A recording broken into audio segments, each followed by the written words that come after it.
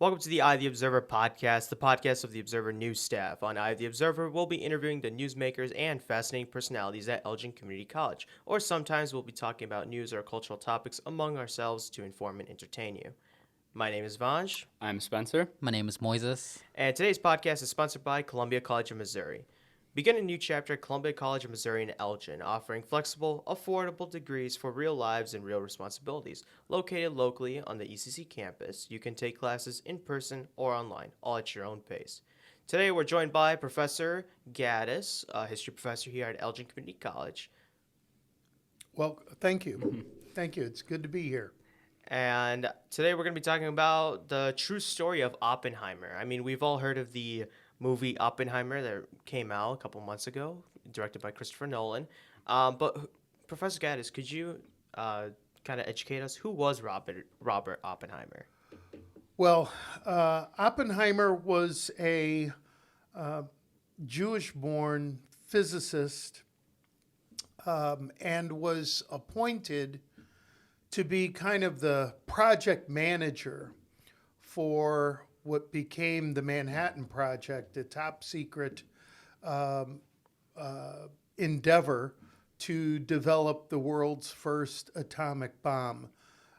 He was certainly an incredibly learned man.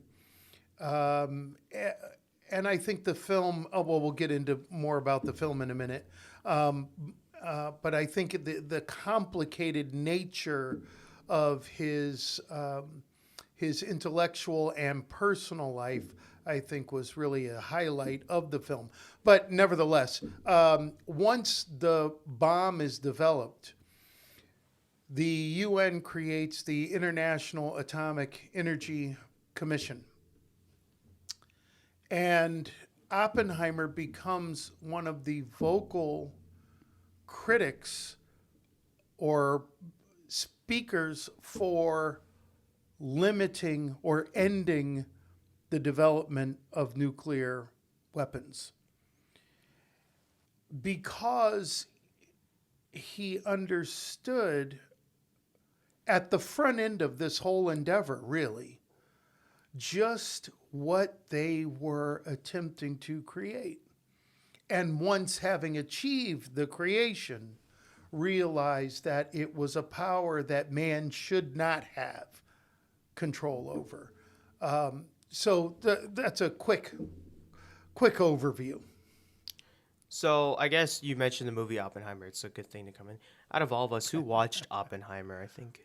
I watched it. I thought it was a I really did good movie. not. I haven't seen Really? it yet. No, I've seen clips, but I haven't seen the full I'll movie. tell you that the cover is a little deceiving. Is it? Yeah. Okay. One time, actually, because I watched it a little late after it came out. Uh-huh.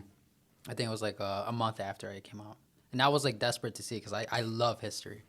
I would hear like my friends be like, "Oh, it's not even about the bomb. Like it's about the girls in it and stuff like that." And I went in to like watch this movie like in a whole different perspective. Like, but I want to see the history part of it. Like I just find it interesting like how these nuclear bombs were made and how can we as like human like in a human race be able to just do stuff like that to other people. Like how does that that's pretty messed up in my opinion. See, I think that I haven't watched Oppenheimer. I'm a little late to the show. Everyone spoiled the movie for me. So I ended up watching it, but not watching it. Yeah. But I'm a big fan of Christopher Nolan and his previous movies that he directed. And I was more interested in the cinematography aspect and how he chose the plot of the movie. Yeah. I think it's very interesting that he chose to make the movie around the history and the development behind the bomb. Because in my opinion here, the movie is split into three parts. You have before the bomb, right? Yeah. And then you have the development of the bomb.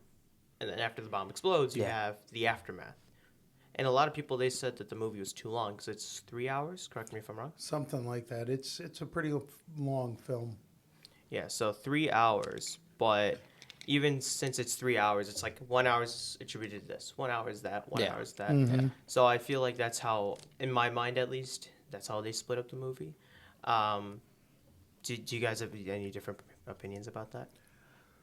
Well, I think that's a good way to look at how the film was broken down. But to your point, I think the interesting thing about this film that we often don't get is an examination of the complexity of the man himself. Yeah. I mean, here is a man who, while he is endeavoring on this project to do something that has never been done before, he's tormented with his love of a woman who is mentally ill. Yeah. Right? I mean, think about that. Right? And Oppenheimer takes the job. The other play in the film is just the level. Why did Oppenheimer say yes? Because his ego was so huge that he believed, oh, yes, I'm the only person who can do this, right?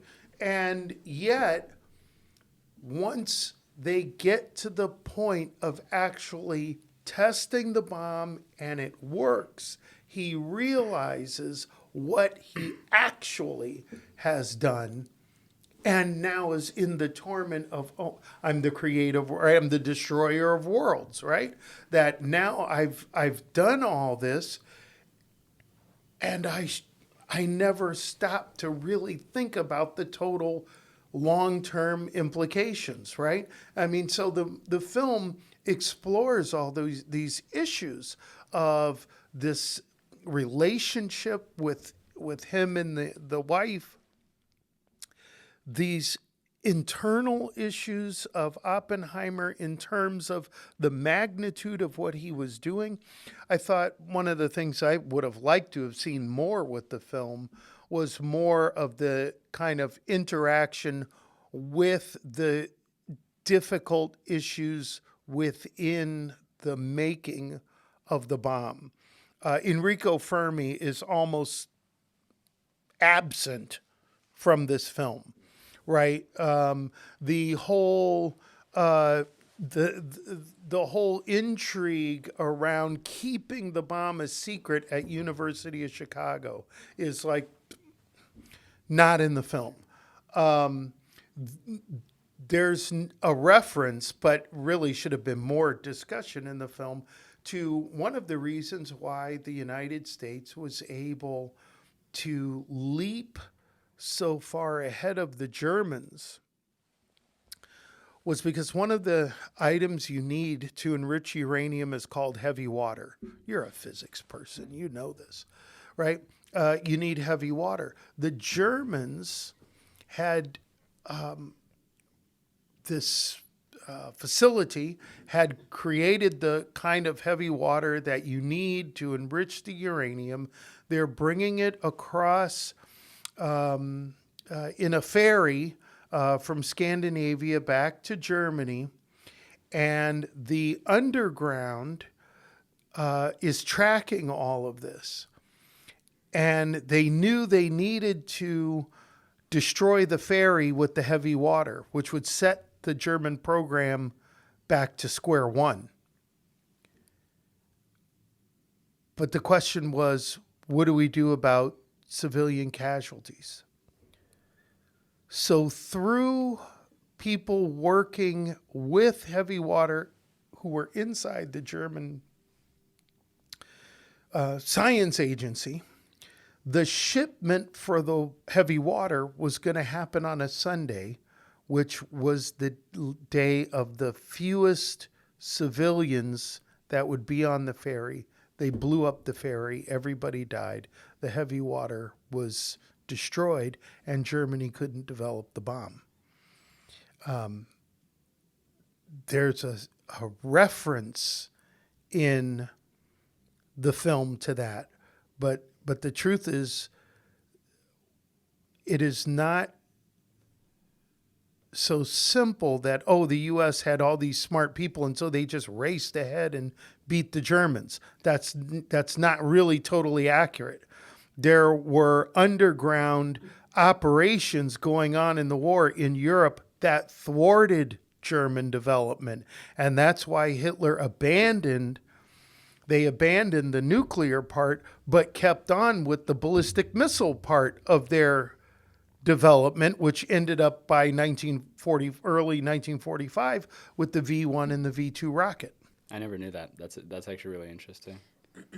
And you mentioned a couple of things too that like I was just like, wow, like that's just crazy. Like you said how like in the movie, like they were introducing more of the fact how he was going crazy for a girl, right?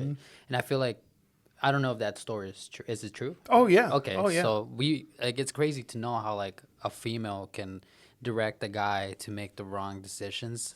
And it wasn't even that. Like at the end of the day, he felt guilty for what he did, and there was like the government was like coming after Oppenheimer, and part of it was because apparently that female was also part of like the Communist Party or something Right. like Well, that. yeah, and this is after the war. Yeah. Comes what's known as the Red Scare. Yeah. Right. Yeah. And so yes, Oppenheimer, and I think they did a good job with this in the film of really, it was a character assassination, right? Yeah. It was right. It was taking Oppenheimer down and linking him with the Communist Party when he was not, but his wife was, but that was linked not to the question of is Oppenheimer a communist? It was linked to Oppenheimer vocally opposing nuclear weapon development, Yeah. specifically the hydrogen bomb. And then when the Russians explode a hydrogen bomb in 1949, now you've got people saying, well, how did the Russians bypass the atomic bomb and go straight to a hydrogen bomb? Oh, someone must have, there must have been somebody Yeah. in the American Yeah. government course. that was doing it. Oh, maybe it was Oppenheimer, right? Yeah. And then only later in the 60s, when we've reached a point where everyone knows that the nuclear arms race can only end with the obliteration of the world, that Oppenheimer's character is resurrected to what we think of Robert Oppenheimer, Yeah. the father of the atomic bomb, right? If they had made that movie in 1952 or 55, Yeah. we would be saying, Oppenheimer, isn't he a communist? And so so his character was assassinated and then resurrected, right? Yeah. Yeah. And also I feel like the movie didn't do, in my opinion, a good job at presenting like the atomic bomb and how like it actually did get built. Like there was parts of it where it did show that, but it didn't go into full detail. But I feel like one thing that they did a good job in personalization was that they obviously, Albert Einstein was in the movie, right? And we all know that he was a well-respected physics professor or physicist. person, right? Physicist. Person. Physicist. My bad, No, physicist. you're good. Yeah.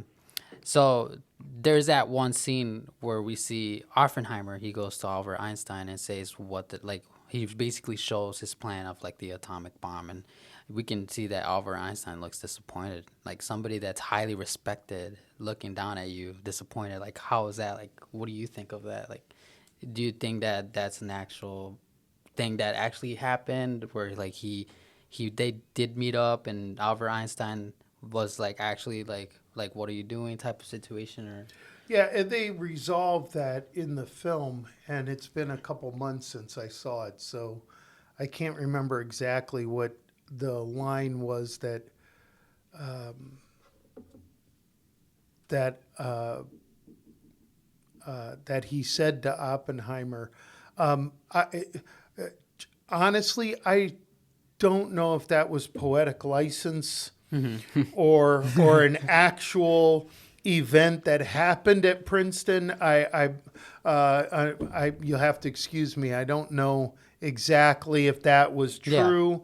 It's certainly the way the film plays out. I think it was probably more poetic license than a real event. Although Oppenheimer and Einstein did know each other, so there could have been some kind of correspondence between the two that Nolan just sort of makes happen in this, in this theatrical way in the film. Interesting. There is one thing that's pressing, or not pressing. Sorry, there's one thing that's a bit on my mind ever since Oppenheimer came out. Have you ever heard of this? Moses, you might have heard about it, Yeah. but Japan banned the showing of Oppenheimer. I did not know Ooh, that. I think I got that on my feed. Yeah, they Yeah, did. Japan banned the showing of Oppenheimer anywhere in the country. Um, I and certainly understand why. Yeah. no, yeah, obviously, yeah, no, it's a big part of their history, but at the same time, it's also a huge impact, I guess. But what's your take on that? I guess other than we can understand why, obviously, but is there any other? Well, I think for the Japanese, it's certainly can be seen as a very painful reminder of one of the most difficult moments in the history of warfare, right? The dropping of 2 atomic bombs on your country. I don't think the film, and the film really doesn't really go into and address the aftermath of the dropping of the bomb. The film does go into the debate about whether or not to drop the Yeah. bomb. And I think that's an important discussion that does need to be had was, right, did the United States have to drop the bomb? Jonathan Glover, historian, I think he's at Cambridge. Don't quote me on that, but I think he's at Cambridge. But he wrote a book, Humanity, A Moral History of the 20th Century. And he, in that book, explains that as part of this debate that's happening at the White House, one of the options was a demonstration. And this is mentioned in the film. Instead of dropping the bomb on them, why not drop the bomb offshore and say, okay, look at this. Yeah. Now, if you don't surrender, Yeah. we going to do this to you. Show of force. Yeah. And sorry. But the military was not willing to here's the thing. At the time we bombed Hiroshima, there were only 3 devices on the planet. So if you do a demonstration and they don't surrender, now you're down to 2 devices on the Yeah. planet. And I think the general, I forgot his name now, but that part of the debate was not as heavily emphasized, which was we have to drop the bomb because the alternative is an invasion of Japan. And if we invade Japan, you're talking about the war going on for another 2 or 3 or 4 years, and you're talking about somewhere upwards of 1 million plus American casualties. We're not going to expend that kind of level of American blood. Therefore, drop the bomb. And ultimately, that is Truman's rationalization for dropping the bomb. Not the consequences for the Japanese people, but to avoid the loss of life of American troops. And I'm not arguing that rationale is invalid. I'm simply pointing out that what's not part of the calculation was the loss of Japanese lives. However, let me mediate that. The firebombing of Tokyo killed more people than the dropping of the atomic bombs. So I don't justify the dropping of the bomb. I think it was a crime against humanity. And in the realpolitik of war, the United States, having the power it had, has always tried to err on the side of escalating levels of violence to prevent deeper American casualties. And so we dropped it. And it's an unfortunate fact of history. The positive side of that is that it's never been done again. And hopefully that will remain true. Now, a lot of people said that the bomb, or the dropping of the bomb, ended World War II. Would you concur with that? Absolutely. It is the last shot of World War II, and it is the first shot of the Cold War. There's been a question in my mind for a long time, and hopefully you can answer it. So I watch a lot of YouTube videos that talk about history. Uh-oh. Yeah. Yeah, And you got to watch out. There's a Not whole lot of YouTube whole lot videos. of Johnny in his garage, decided he knows that he's an expert in history kind of thing. Well, it's the midnight, like it's 12 a.m. and you like ready to go to bed. You start watching these YouTube videos. You end up, That's Uh-oh. a slippery slope, yeah, my friend. man. Uh-oh. I just end up watching something but there's always been a question in my mind, and the question is there's two stories to it. Apparently, if we didn't drop the atomic bombs, the Japanese would have surrendered because of what happened in Tokyo. But then there's another story where it's we had to drop the bomb so that they could have surrendered. What is your take on that? What is the actual fact? The Japanese War Council was given an ultimatum by the United States to surrender. Truman had clearly given nod that this new terrible weapon would be used, and the Japanese War Council said no. Now you have to remember the emperor is like a god, Yeah. right? true, In, yeah. in Japanese culture, even after the dropping of the first bomb, the War Council still would not surrender. Wow. That's crazy. Then with the second drop Yeah. on Nagasaki, that is when the War Council, the emperor, finally said, we have to surrender. The interesting thing there is that the first bomb is dropped on August 6, 1945. Yes. The Soviets declare war on the 8th of August. Ah. The second bomb is dropped on the 9th of August, which ends the war before the Soviet Union can have a say in the peace in the Pacific, which is why I say it was the last shot of World War II and the first shot of the Cold War, right? But there was the Japanese, even in the midst of the firebombing of Tokyo, refused to surrender.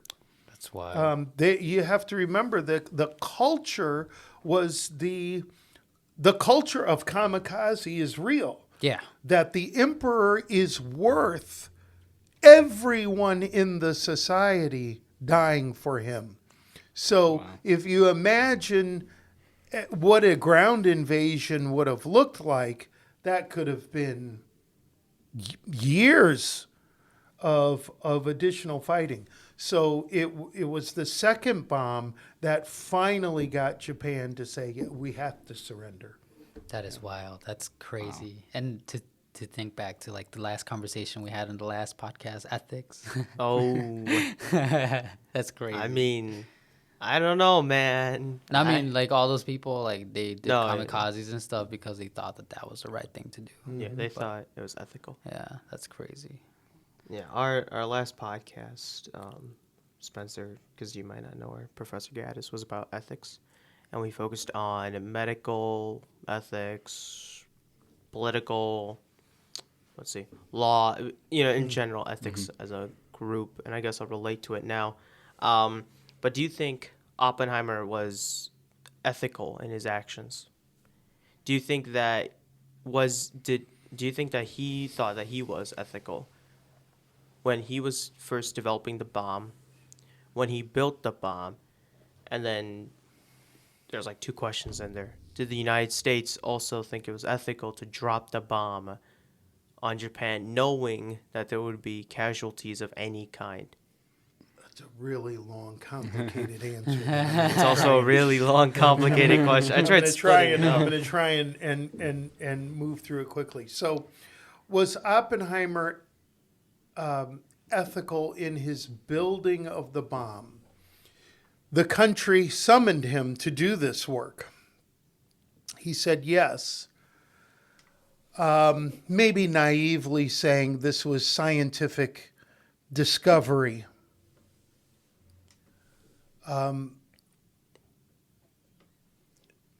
At a time of war, to build a bomb that could end the war, maybe end all war. But was he ethical in doing it? That's a pretty complicated. That's for the listener to decide. I think for Oppenheimer, the moment of that question is when they realize that in their calculations there is one part of the calculation that if they explode this bomb Capuche. could end the world. Yeah. Right? I mean, they don't know that that's not going to happen, but there is a part within the mathematics of it all that it could start a chain reaction. They thought that was a real possibility. So at that point, maybe it's not ethical to do the test. Right.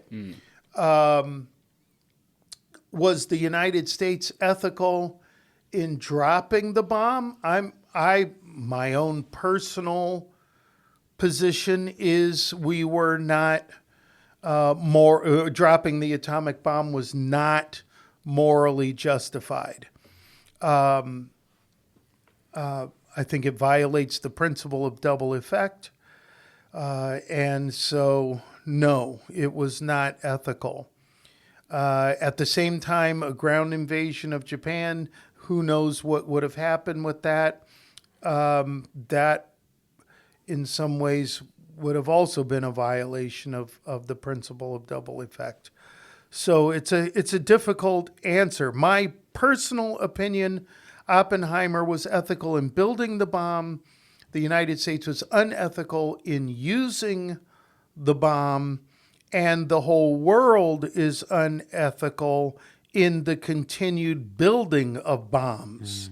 Gotcha. I agree with that. Nuclear Definitely. bombs are a big part of everyone's arsenal now. Well, Yeah. and I hate to, I'm sorry, guys, we blew it. But, it's in my opinion, one of the big issues for your generation is nuclear proliferation. Yeah. Because listen, we don't even know where all the bombs are. That's true. Because once the Soviet Union collapsed, these scientists went out all over the place. People were trying to develop bombs, and now you've got the real potentiality for dirty bombs and North Korean engagement with the bomb, and Pakistan and India are both nuclear power. I mean, God, Pakistan is like 2 seconds from being a failed state. Yeah. And they've got nuclear weapons. I mean, you got to think about that. They got nuclear weapons driving around on trucks, so That's that no one crazy. knows where they are at any particular time. I mean, it is a miracle that there hasn't been a nuclear detonation in combat. There have been tests, but in combat since 1945, it astounds me. But I see in the future it becoming much more difficult. We passed a barrier. Well, not a barrier, but there are a lot of countries who believe that you have not become a modern power unless you have nuclear energy and nuclear weapons, right? Brazil wants nuclear weapons. Israel has nuclear weapons. Can I? Saudi Arabia wants nuclear weapons. I mean, it's insanity. Can I ask one question?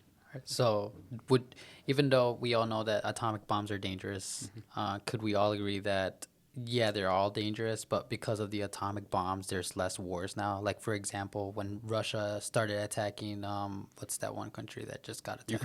Ukraine. Yeah. Sorry, I just told you. You're good. Like there's a new war going on right now. Yeah. Like, Yeah. There's Consistent, like it gets 15 Every day of them there's now. a new war. It's a Seems new one, like. yeah. But like how Russia attacked Ukraine, the United States was kind of like, should we join? Should we like attack? Because if we do, then there's a possibility of a nuclear explosion. There's a possibility of another Cold War. The thing with Russia and Ukraine at the moment is the United States is just primarily like financing and giving weapons, tanks, but I don't think we'll directly get involved with the war just yet, unless it gets escalated in some sort of way. Yeah. I think also with how technologically advanced everyone is with their everyday life, Yeah. you don't even need to detonate the bomb on a population. If you didn't detonate it close enough to Earth or close enough to space, you'll knock out satellites. Wow. Like we'd be in the dark zone, like Middle Ages. And I think that's another possibility, that they don't have to kill anyone necessarily. Yeah. They can just ruin your equipment. Wow. They can just, I mean, if you haven't heard, I almost unplugged my mic there. If you haven't heard, but there's so many ways now that you can get hacked through your phone, computer, network systems. But now it's possible to pinpoint a satellite, corrupt it, and now you take down a country's entire weapons system. Wow. Because everything's being run. Everything's Nothing's being run by centralized. analog anymore. Everything's being Yeah. run by computers, servers, and all these different possibilities that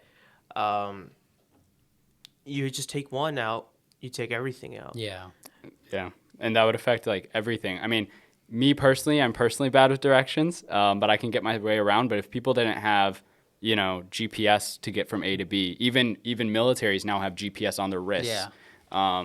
Yeah. It's crazy. That Well, would be most nuts. Americans wouldn't have the foggiest idea how to survive without a phone. Yeah, 100%. That would be the end of American civilization, probably.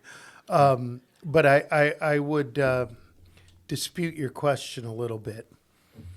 There have been no nuclear wars, but there have been a host of conflicts all over the world.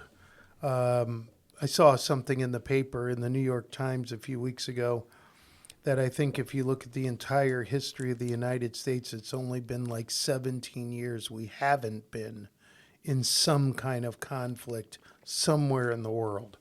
So whether it's Ukraine, Democratic Republic of Congo, Ethiopia, Eritrea, the Boer War, South Africa, after that, the whole anti-apartheid movement, Angola, Cuba, I mean, you just name it.